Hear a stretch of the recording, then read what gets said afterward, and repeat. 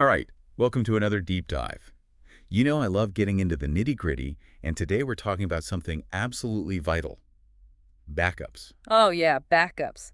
Can't live without them in this digital age, can we? Especially with all these Yeah. ransomware threats lurking around. Mm. Makes you want to double, triple check those defenses, right? Absolutely. No point in crossing your fingers and hoping for the best when it comes to your data. Got to be proactive. Exactly.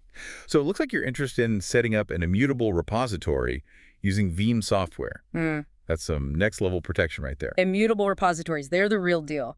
Think of it like this. A regular backup is like a regular door with a lock. Someone really determined could probably break in, right? Yeah, makes sense. Go on. Now, an immutable repository, that's like Fort Knox. Time-locked vault, nothing gets in or out for a set period. Even if a hacker somehow got past your initial defenses, they wouldn't be able to touch those backups until the timer ran out. Whoa, that's pretty reassuring. Uh, So even if the worst happened, you'd still have a pristine copy of your data waiting for you, untouched. All right, so we're working with your troubleshooting guide here, kind of like a roadmap to navigate those tricky parts of setting this up. One thing that jumped out at me was validating repository settings. Sounds like a potential roadblock. yeah, right, that's a common spot where folks can trip up, but don't worry, we can handle it. Just need a systematic approach, a little detective work. Okay, I'm ready to put my detective hat on. What should we be looking for first? Let's start with the basics: firewall and network connectivity. Imagine building this awesome vault but forgetting to unlock the door, right? Veeam can't get in. Ah, so communication breakdown between the Veeam server and the repository. Yeah, Classic. exactly. Got to make sure those firewalls aren't blocking anything vital.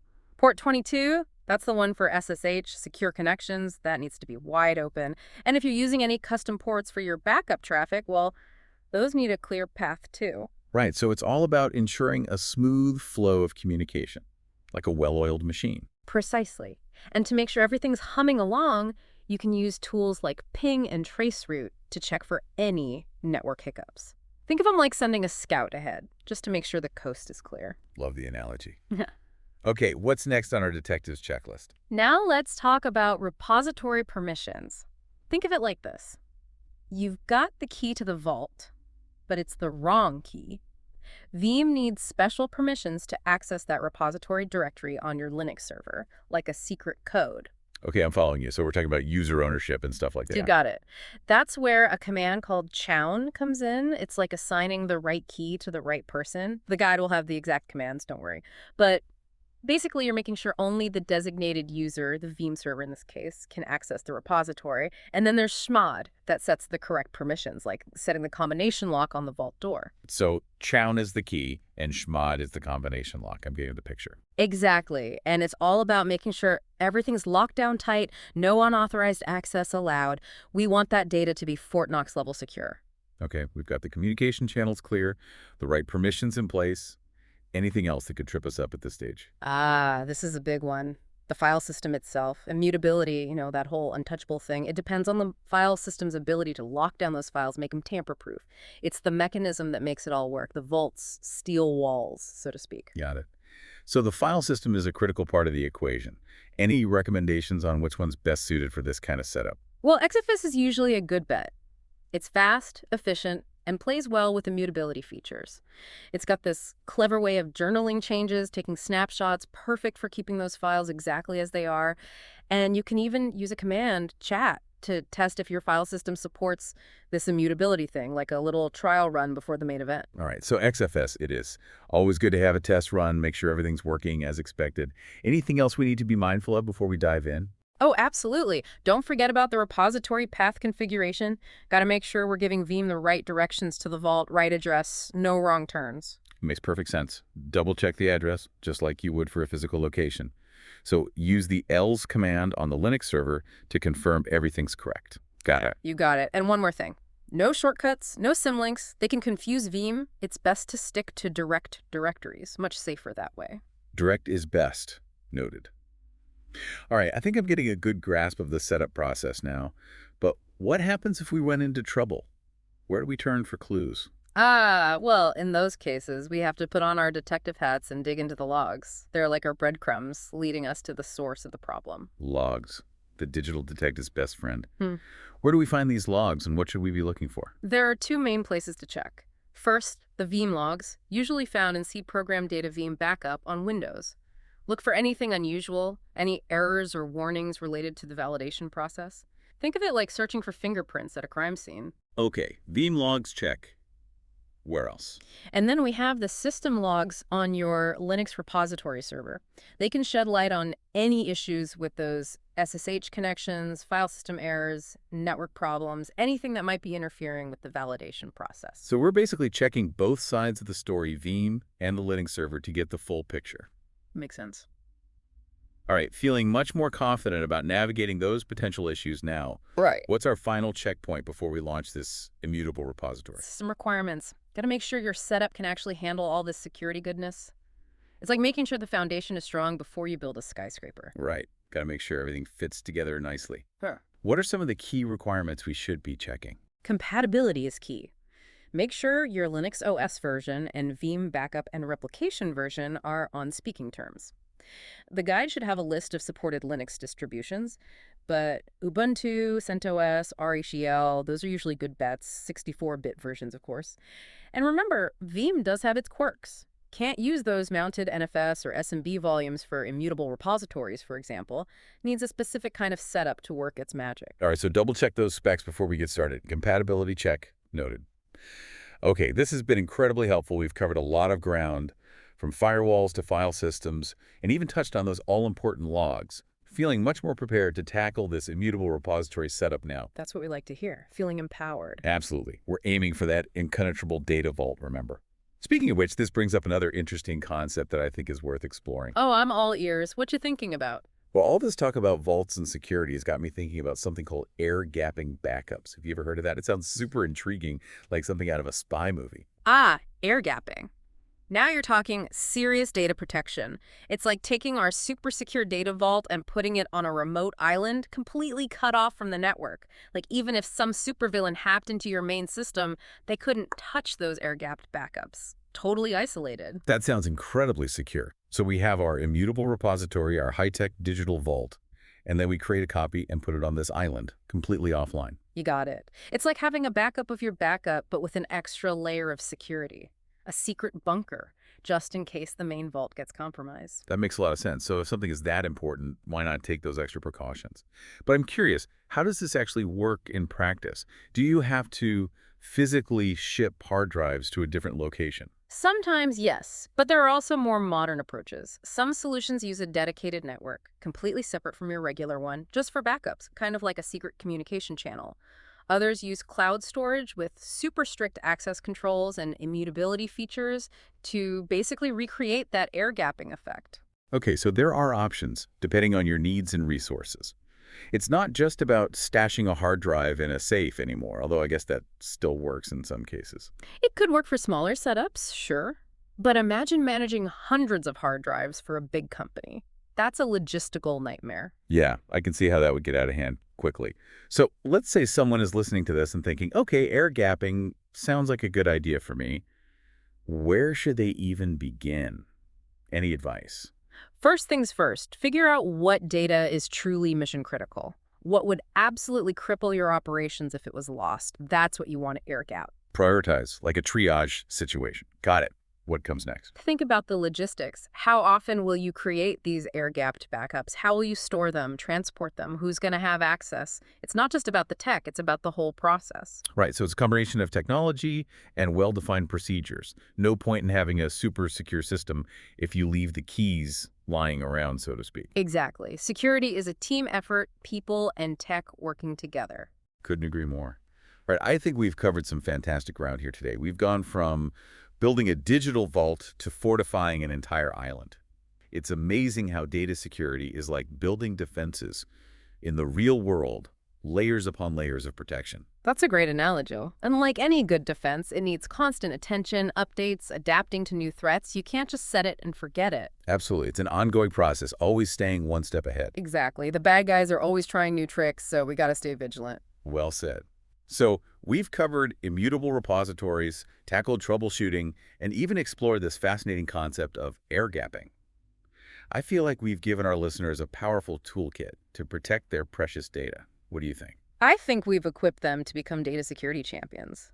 Okay, before we wrap up this part of our deep dive, any final thoughts or advice for our listeners as they embark on their data protection journey? Ooh, good question. Always a good idea to leave them with something to ponder. Hmm, I see. Here's a thought. Always remember that security is a journey, not a destination. Okay, I like that. It's not a one-time fix, but a constant evolution. Right. Stay curious, keep learning, and never underestimate the value of a well-protected backup. It could be your lifeline in a digital disaster. So true. A lifeline indeed. And on that note, we'll take a short break and be right back to continue our exploration of data security. Stay tuned. You know, thinking about it, air gapping really is like having a safety deposit box at the bank, on top of that high-tech vault we talked about. That's a great comparison. Yeah. You've got your main vault for everyday stuff, highly secure, but then those super valuable items, those go in the safety deposit box, separate offline. Extra protection for those crown jewels. Absolutely. It's all about minimizing risk, right? Different levels for different needs. Exactly. It's like when it comes to data security, there's a whole spectrum of options. It's not just secure or not secure. Right. It's not a one-size-fits-all kind of thing. Got to tailor your security to what your data's worth, how much risk you're willing to take. Some stuff, maybe just a basic lock will do. But for those mission-critical files, lockdown like Fort Knox. It's like a choose your own adventure for data security. Different paths, different levels of protection. Love that.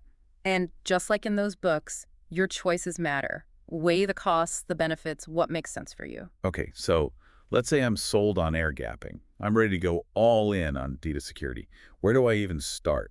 Well, first got to figure out what's really important, right? What data, if it disappeared, would bring everything crashing down? That's what gets the air gap treatment. Okay, so prioritize. Like a triage situation, most critical data first. What comes next? Logistics. How often are you making these air-gapped backups? How are you going to store them, move them around? Who's got the keys to the kingdom, so to speak? It's not just about the tech itself, it's the whole process. Right, so the technology is just one piece of the puzzle. Yeah. You need robust processes and procedures to back it up, so to speak. Exactly. You could have the fanciest lock in the world, but if you leave the key under the mat, what's the point? So true. Okay, so we've identified the critical data, we've thought about the logistics. What are some of the actual methods for doing this air gapping thing? Well, the old school method is physically moving those backups, tapes, hard drives to a separate location. Could be a secure vault, another office, even a dedicated storage facility. So physically separating that data, creating a physical barrier, like an actual air gap. That's the idea, and it works, but can be a real pain, especially for big companies with tons of data. Expensive, too. Right, lots of logistics to manage. So what are some of the newer ways to do this? There's got to be a more modern approach, right? Of course, technology never sleeps, right? Now we've got options that use separate networks, or even cloud storage. Like, imagine a whole network isolated from your main one, just for backups. A secret back channel. That's pretty cool. And what about these cloud-based solutions? How do they do the whole air gapping thing? Clever stuff, really. Cloud providers create these virtual vaults isolated from your main cloud environment. Super tight security, strict access controls, all that good stuff. Basically mimics that physical separation, but in the digital realm. So it's like having that remote island fortress put in the cloud. Very cool. Exactly. And the best part, often way cheaper and easier to scale than the old school methods. No messing around with tapes and hard drives. Makes a lot of sense. Sounds like those cloud-based options offer a lot of flexibility. But with all these different methods, how do you choose the right one? What factors should you consider? It's a bit of a balancing act, really. Budget, technical know-how, how sensitive your data is, how much risk you can handle, lots of variables. So no easy answers, just finding the right fit for each situation. Exactly. Sometimes it helps to bring in the experts, get a professional opinion. They can assess your needs, recommend the best approach. Solid advice. Never hurts to have a second opinion, especially when it comes to something as important as data security. Now, all this talk about protecting data at rest has got me thinking. What about data in transit? You know, the data that's moving between systems, networks, all that. How do we secure that? Excellent point. Securing data in transit is just as critical. Imagine this. You've got your precious cargo locked up tight in the vault, but then you transport it in a flimsy cardboard box. Anyone could snatch it. Yeah, that wouldn't end well. So what are some of the best ways to safeguard data as it's moving around? Well, encryption is a big one, like putting your data in a secret code that only the intended recipient can unlock. Scrambles it up, makes it unreadable to anyone without the key. So it's like putting that precious cargo in a locked briefcase with a combination lock. Yeah. Only the person with the combination can open it. That's the idea. And there are different kinds of encryption for different situations. Symmetric, where the same key is used for both locking and unlocking, and asymmetric, where you have a separate key for each. Okay, so there's a whole science to this encryption thing. Yeah. Definitely more to it than meets the eye. There is. And it's always evolving, new threats, new technologies. But the basic principle remains the same. Make that data unreadable without the proper authorization. Makes sense. So encryption is our first line of defense for data in transit. Yeah. What else can we do to boost security? Well, on top of encrypting the data itself, we got to secure the channels it travels through. Think HTTPS for web traffic, SSH for remote access, VPNs for those public Wi-Fi hotspots. So this is like making sure the roads are safe, not just the vehicles traveling on them. Exactly. The whole infrastructure needs to be solid, secure. And I imagine authentication and authorization play a big role here as well, right? Making sure the right people have access to the right data. Absolutely. Got to verify identities, make sure everyone has the right permissions. Think of it like security checkpoints, making sure only authorized personnel and vehicles can pass. It's all about layers, isn't it? Each layer adding another level of protection, making it harder for those bad guys to get through. That's the beauty of it. And just like a real-world security system, you got to have multiple layers, each one reinforcing the others. Wow, this is fascinating stuff. It's amazing how much thought goes into securing data, both at rest and in transit. It's like a constant game of chess, always thinking a few moves ahead. That's a great way to put it. It's a dynamic field, always changing, but that's what keeps it interesting, right? It keeps us on our toes. Definitely. And it's so important in today's digital world. Data is everything. Protecting it should be everyone's top priority. You got it. We can't be complacent. Got to stay ahead of the curve. Okay, so we've covered immutable repositories, air gapping, encryption, even securing data in transit. That's a lot. Yeah. It's clear that technology plays a huge role in all this. But what about the human element? Where do people fit into this whole data security equation? That's the million-dollar question, isn't it? And honestly, it's often the most overlooked aspect. The human element is absolutely vital. I'd even argue it's the most important factor. Really? I'm intrigued. Tell me more. Think about it. You can have the most advanced technology, layers upon layers of security, but it all boils down to people making good decisions, following the rules. It's like having a state-of-the-art security system, but leaving the back door unlocked. Exactly. Human error, carelessness, even malicious intent, those are some of the biggest threats out there. That's why security awareness training is so important.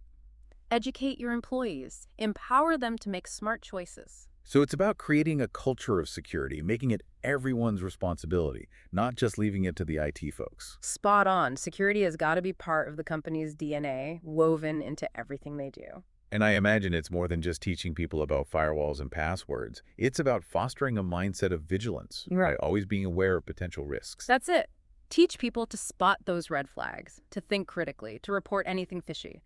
Make security everyone's top priority. That's a powerful concept. Technology can only take us so far. In the end, it's up to us as humans to be smart, to safeguard our digital lives. Couldn't have said it better myself.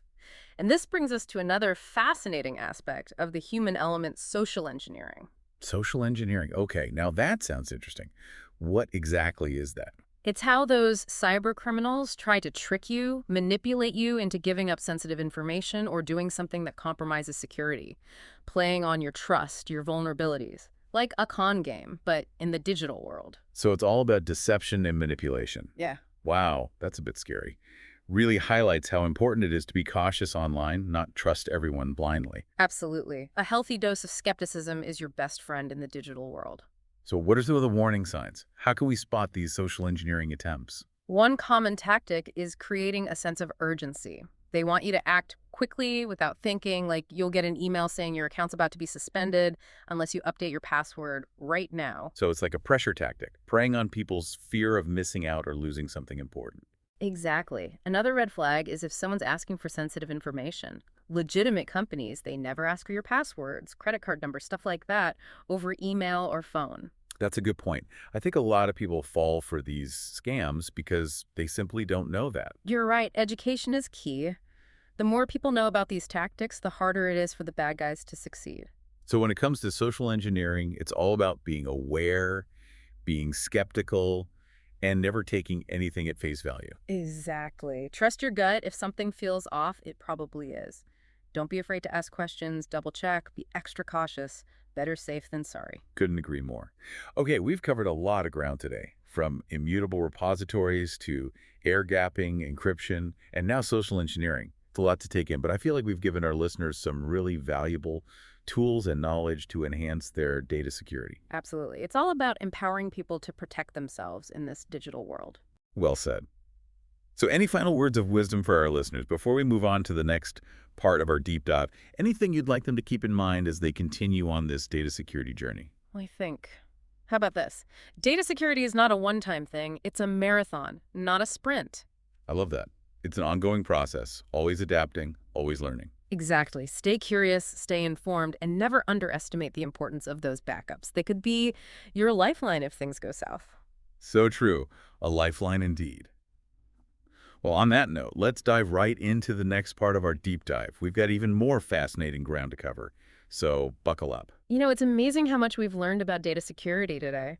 From those immutable repositories to air gapping, encryption, and even the human element, it's a lot to take in. It really is. I feel like we've peeled back the layers of this onion, revealed the complexity of keeping our data safe in this digital age. Exactly. It's not just about technology, it's about people, processes, and a constant awareness of the evolving threat landscape. I think what struck me most is how interconnected everything is. It's like a delicate web where each strand plays a crucial role in the overall strength of the system. Weaken one strand, and the whole thing could unravel. That's a great analogy. It really emphasizes the need for a holistic approach to data security. You can't just focus on one area and neglect the others. Absolutely. And I think that's a crucial takeaway for our listeners. Data security is not a one-time fix. It's an ongoing process of learning, adapting, and implementing multiple layers of protection.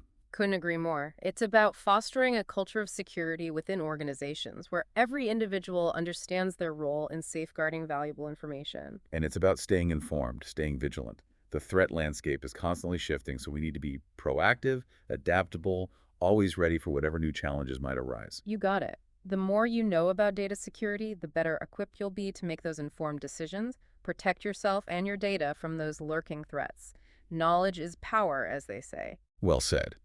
And on that note, I want to extend a huge thank you to you for joining us today, for sharing your expertise and insights with our listeners. It's been a truly enlightening and empowering conversation. The pleasure was all mine. I'm always happy to help demystify the world of data security and empower people to take control of their digital lives. And to our listeners, thank you for joining us on this deep dive into the fascinating world of data security. We hope you found it informative, engaging, and most importantly, empowering. Remember, your data is precious, and protecting it should be a top priority. Absolutely. Take what you've learned today, put it into practice, build a robust security strategy, and never stop learning.